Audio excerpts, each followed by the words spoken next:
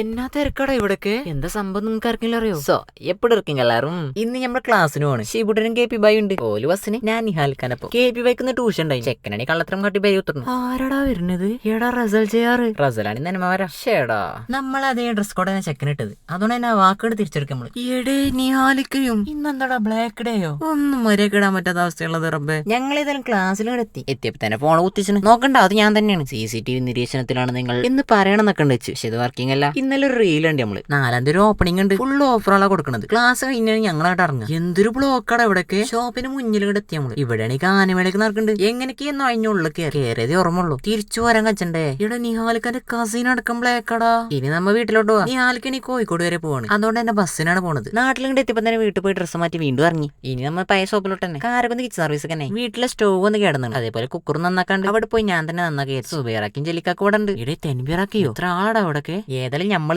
Work ചെയ്യുന്നു. സീപുട്ടനല്ല അത് വലിയ മുറിയണേ. ചെക്കനെ കണ്ട് മാടി വിളിച്ച് കുറച്ചിനെ ഇവിടെ KP ബൈ എത്തി. 2 വെടിക്കാളിയും കൂട്ടി നമ്മൾ വീട്ടിൽ തന്നെ വണ്ടി ഇങ്ങോട്ട് ഹാൾട്ടാക്കി. ഒരു പോക്കങ്ങാടിക്ക് ഇറങ്ങാണെന്നുണ്ടെങ്കിൽ ഐസ് നിർബന്ധ. ചെക്കന്മാരോട് പറഞ്ഞേക്കാണ് ഫ്രൂട്ട് സലാഡിയും കൊണ്ടാണ് വന്നത്. വീട്ടില് വണ്ടി ഇങ്ങോട്ട് ഹാൾട്ടാക്കി. ഭീകിരികള് മൊത്തം ഗ്രൗണ്ട് കളിക്കുന്നുണ്ട്. ഓലെടുത്ത് ചന്ത. പിന്നെ എന്തൊക്കെ കാണേണ്ടി വന്നു. ഇതൊക്കെ നമ്മ കാണിച്ചരാ. എന്റെ പല്ല് കണ്ട അടച്ചോനെ ഇതിനോടാ പല്ലി. അന്റെ പേരെത്താ?